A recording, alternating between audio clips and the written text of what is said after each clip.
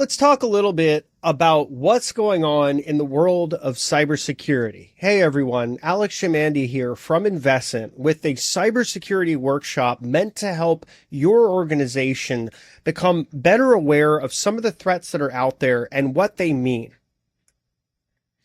2024 has brought about a more sophisticated and dangerous threatscape. There are a growing number of different types of vulnerabilities being exploited out there. Hackers for hire and malware as a service have become themes, as has state governments acting as much more of a component driving some of this activity. So we're talking about China, Russia, North Korea, Iran. There's so much malicious activity coming from these advanced persistent threat groups. We also have AI coming online, being used both for the good guys and the bad guys, a bit of a double-edged sword. AI can help cybersecurity in the sense of identifying threats, of being able to become more cognizant of what looks like a threat because it matches patterns that we've seen in other threats. But AI can also be used to analyze code for vulnerabilities, to write exploits and to weaponize them, and also create more sophisticated phishing emails. So we've seen this impact businesses of all sizes across many different industries, and the headlines continue to grace the news. And as this is happening, businesses have deprioritized spending on prevention and really are only spending more on reaction. And it's been a more difficult economy for many businesses, so this has something to do with it. But it concerns me because it's always more expensive to react, and the smaller the company, the less likely it is that it could survive a data breach. So let's talk a little bit about some of these trends. The increasing usage of AI in attacks, including deepfakes of voice and video, is something that we've seen. It's become trivial to create these deepfakes too. You can create a deepfake that seems like it's someone who has authority in an organization, set up a conference call where a threat actor appears to be that decision maker, demanding that maybe there's a wire transfer or sensitive information or credentials are disclosed. That's become more common because, quite frankly, you can do it with off-the-shelf hardware. All you need is a decent gaming PC with a graphics accelerator board and some off-the-shelf deepfake software, and just about anyone with a webcam and a decent internet connection can weaponize this for both voice and video. Ransomware is also exfiltrating data now. This is a shift. It did not used to. It used to just hold your data for ransom, hence the name. It would encrypt your data, and if you didn't have a backup, you'd have to pay if you wanted it back. Now they take a copy of your data, and that's completely changed the threatscape for ransomware. We also see increasing attacks on the perimeter. So the perimeter of your network is where your network meets the internet. Typically, it's governed by a firewall or at least a router or a cable modem. The perimeter on a commercial network should always have a commercial-grade firewall, but often they don't, particularly as we're in an environment with more folks working from home.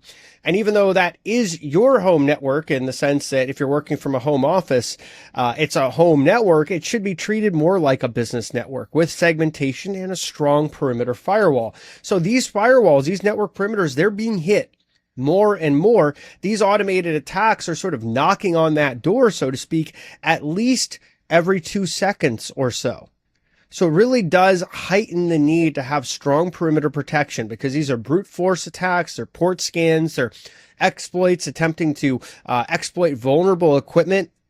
And there's a lot of vulnerable equipment sitting on network perimeters, a lot of routers that haven't had firmware patches for critical vulnerabilities, firewalls with the same issues.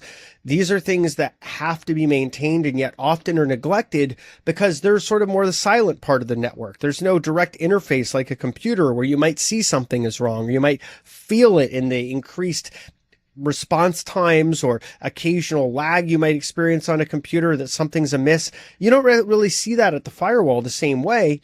unless you're really paying attention to it, if you have some kind of monitoring and logging and regular audits. So at the very least, it's important to upgrade those network perimeters because they are under increased attack. We also see session hijacking is becoming more common, where your cookies are stolen and they're essentially used against you to log into sites that you're on. So imagine you're logged into Office 365, or you're logged into LinkedIn, or maybe some other provider, a bank account. Someone can potentially take the cookies from that session and reuse them to authenticate as you. And if that provider doesn't have strong controls, they may let that imposter in without your password or your two-factor credential.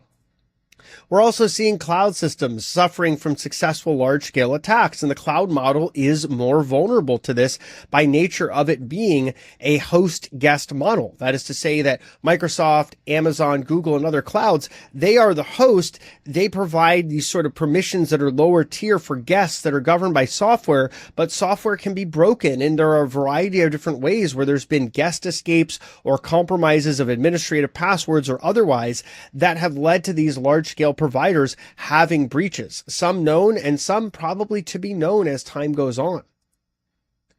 So let's talk about AI-powered phishing as one example of these trends.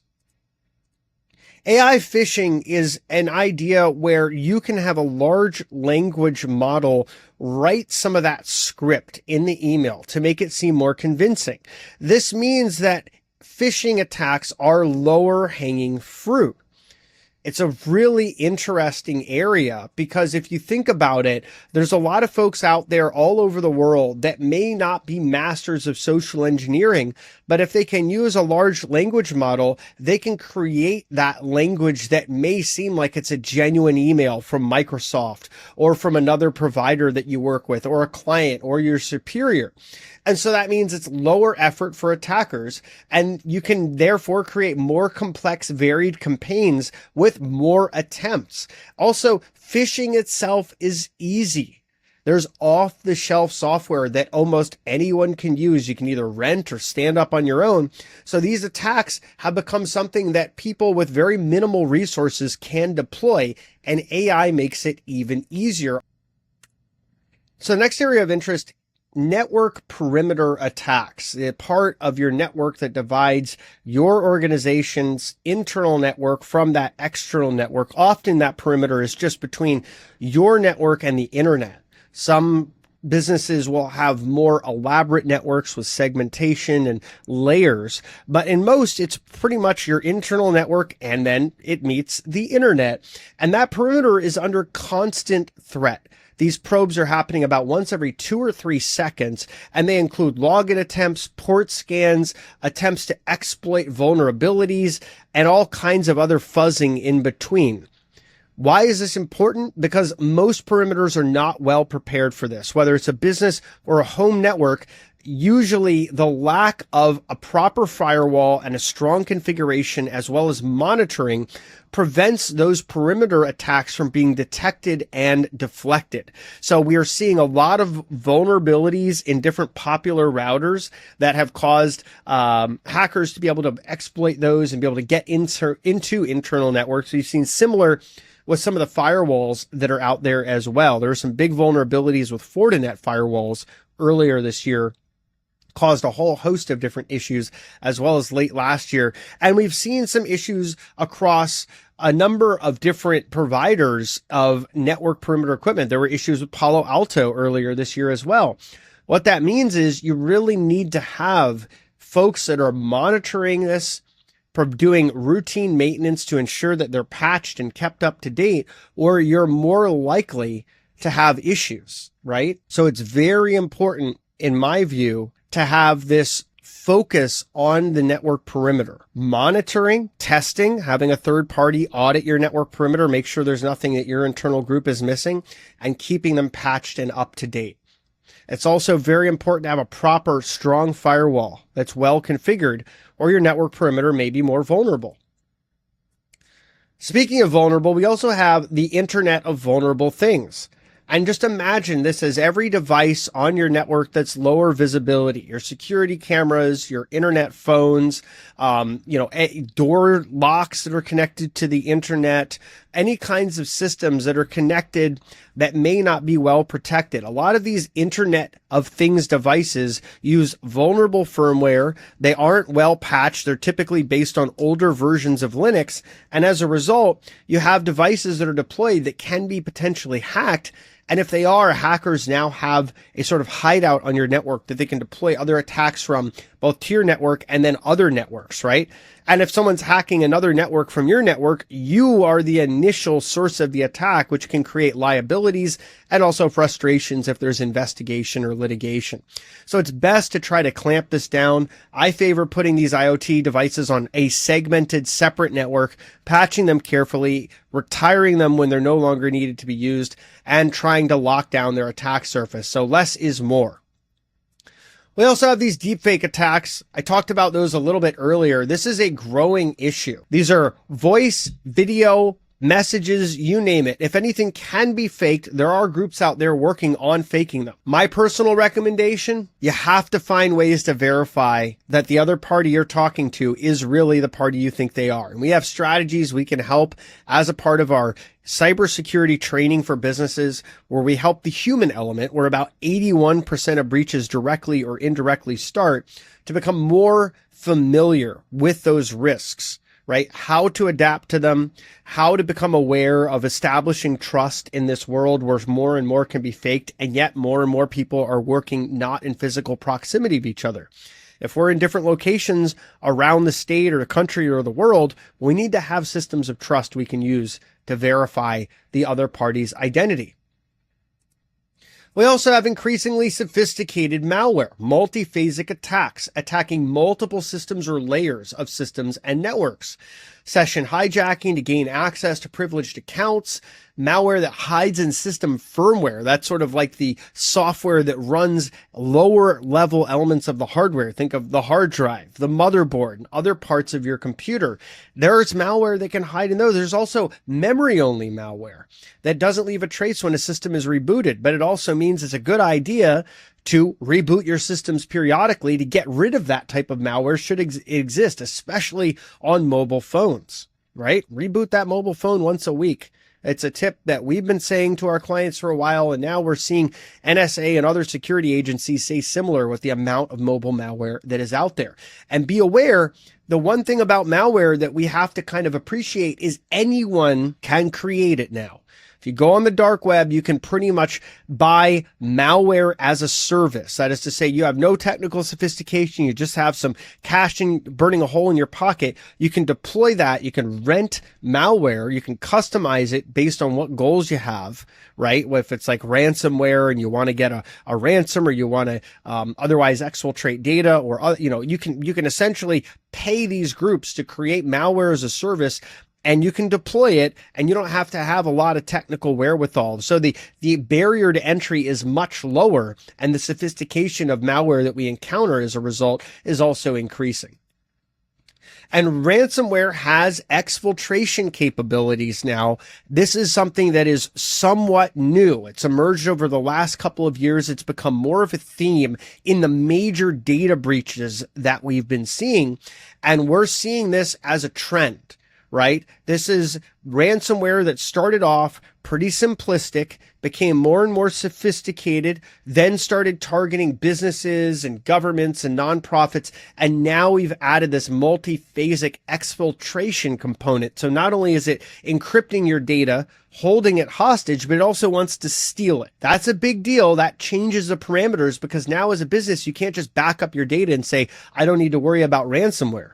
You have to really focus on compartmentalization. So if an attacker does get some data, they don't get it all, but also isolation. Why is this data exposed in any way that ransomware could get to it? And training, so that none of the people in your organization are tempted to download or run or click on the wrong links or otherwise engage with suspicious types of, software or internet websites or otherwise. It's very important that we're extraordinarily careful about what we trust in our browser and on our computer and on our network to mitigate this growing threat.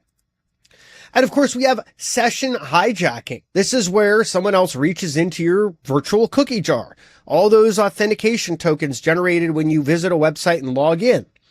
The problem is someone else can take that, they can put it into a simulated browser and potentially access your logged in websites. If those websites don't have strong protections, they'll be getting in as you without your password or your two-factor. So while two-factor does a great job of mitigating risk, and I strongly recommend everyone continues to use it, it's not the only thing that we need to do. Right? So take that into consideration, maybe log out occasionally, but be careful about the websites that you engage with, because the other thing is a malicious website may steal those login cookies, right? We also have SIM card theft attacks increasing. This is a really big deal because a lot of the SIM card theft is virtual. So it's not like they need to physically get your phone and, take your SIM card. A lot of these SIM cards are electronic these days. They're happening more at the provider level. In fact, not long ago, there was a memo circulating that employees at major cell phone carriers were being offered cash payments to give people access to other SIM cards so they could compromise their two-factor, because that's often what text messages are used for. So you shouldn't be using text for anything sensitive. You shouldn't be using it for two-factor. Okay. You should really be using an application for two-factor. So, you've got things like Google Authenticator, Microsoft has one, Authy has one, although they recently suffered a data breach. So maybe be a little more careful with that one. But nevertheless, an application's always going to be more secure than text. You just have to make sure that you don't install a bunch of untrusted applications on your phone, because otherwise they may monitor your tokens. They may take screenshots and they may exfiltrate data from your phone. So be careful about what you put on your phone. Your phone is only as secure as how up-to-date its software is and how secure and trustworthy the apps installed on it are as well. So let's talk about some of the big threats that are out there. One of them is the human element. I mentioned earlier, 81% of attacks start with the human element, indirectly or directly. Okay. This is important because training is key. And the way I look at it is we need to have an up-to-date policy that defines the expectations that folks are trained upon. And then that policy needs to be tested insofar as the data breach response or the disaster recovery mechanism or restoring from backups. All these fire drills should be run occasionally so we can mitigate the risk of the human element. Just like running phishing simulations can find weaknesses in an organization's preparedness and potentially identify areas of improvement. In a nutshell, a simple mistake, a misconfiguration, an errant link clicked, or a file downloaded can lead to massive problems for an organization. So it's really, really important to train. That's the biggest part of the missing link. A lot of focus is put on the software and the hardware, and that's fine. There's great solutions like we talked about, strong perimeter firewalls. Those are very important, but we can't ignore the human element. There's also malicious hackers, and it's become easier and easier to be a malicious hacker even without any technological experience. You can simply go on the darknet and you can buy pre-made malware capabilities, ransomware, botnets, you name it. All these different capabilities are just there as a service. You can get Microsoft Office 365 as a service. You can get Adobe Photoshop as a service. These are all subscriptions. You can also get malware as a service. You can buy it and deploy it and create havoc and monetize that havoc. So it's something to be considerate of, that the barrier to entry for hackers is much lower. All you need is money. And that means that A, there are a lot more hackers for hire out there, but B, it also means that there's a lot more capacity for hacking being utilized by folks that ordinarily wouldn't have been in the game because they lack that technical prowess. We also have increasing state-sponsored attacks from China, North Korea, Russia, Iran, and others. This is a big deal because these are very sophisticated attackers. And you might ask yourself, well, why do I care? I'm just a tiny business. This is one of the biggest misconceptions I see. Small targets saying, I don't have a target on my back. I'm too small. Why does anyone care about my data? Maybe you're right that you're too small for someone to care about your data, but consider the fact that your network and your resources could be used as a weapon against a larger organization, as one example. In another example, you may think your data doesn't have value, but an attacker may disagree, or they may not know better and they still want to attack because it's either automated or they see you as a target. Nevertheless, there's no reason to ever say I'm too small to be a target. We saw recently China deployed a massive malware attack against small business routers and firewalls. They compromised millions. The FBI had to get involved. We've seen this from Russia in the past as well. And quite frankly, there's been just a number of attacks like this where state-sponsored groups of hackers have essentially created footholds on networks of businesses of all sizes, including very small mom and pop shops, because they used those resources to launch larger attacks, hacks, denial of service, etc. You essentially become an unwitting member of what's called a botnet, and that's used to launch these large-scale automated attacks. So you might not feel that you're big enough to warrant the attention of these guys, these state-sponsored, sophisticated groups. But the fact is, your size doesn't matter. They look at you as a foothold to launch a larger attack, or just as an incidental bit of collateral damage because you just happen to be vulnerable to the exploit they were putting out there. And botnets, we touched on these recently. These are networks of compromised systems that are controlled by a central node. And these are extremely dangerous. They're responsible for some of the largest denial of service attacks that knock companies offline. So a denial of service attack is essentially an overwhelming amount of activity or traffic that knocks key resources offline and disrupts a business's operations. You can rent a botnet. You go on the dark net, you can rent one, you can take down, your competitor, you can take down some company that you don't like, whatever the case may be. There's a myriad of different potential motivations. And what that means for us as business decision makers is we need to get ahead of that. We need to mitigate that risk. There needs to be some degree of protection, again, at the network perimeter, but also at our hosted websites, our cloud presence, and otherwise against botnet-driven attack.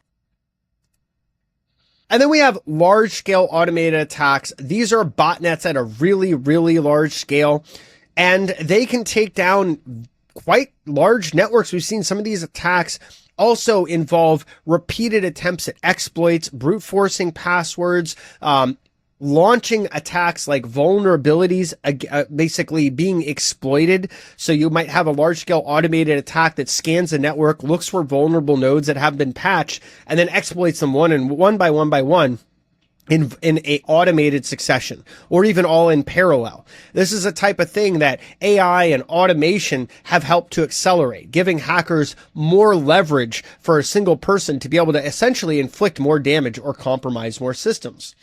And we have collateral damage, which as smaller businesses are often in these state-sponsored attacks, in these botnets and other situations, they find themselves unwitting components of these things. Your network and resources can be used and weaponized against another target. It's often the case, and that can get you tied up in an investigation or litigation or otherwise, unless and until you can prove it wasn't really you. Now, here's the good news. We can help. I know a lot of this sounds a little bit concerning. It is. Much of it is actually understated rather than overstated. I don't want to terrify anyone, but I do want those that took the time to watch this presentation to appreciate that the threatscape is real, it is growing, and every business is well served by taking on a more proactive approach, investing in their cybersecurity so it can pay dividends of resilience and continuity of their business. So if you all need help with any of your cybersecurity, if you need help getting more prepared for the changing environment that's out there, give us a call, free consultation, or send us an email. We're happy to help. You'll find contact information below in the description of this video. And we're always happy to help, even if it's just a call that's a free one-on-one 10 or 15-minute call to set you in the right direction. Or maybe we'll find there's some synergies here that we can help your organization stay safe with an independent assessment, a response to an incident, consultation about the best practices, the hardware, training, policy formation, you name it, soup to nuts. We can help. So thanks for tuning in to our cybersecurity workshop for 2024. Really appreciate the viewership. If you enjoyed this, consider liking, subscribing, and sharing it around your network, as it may be helpful to other business decision makers. And we'll have more content like this coming out on our YouTube and LinkedIn, so stay tuned.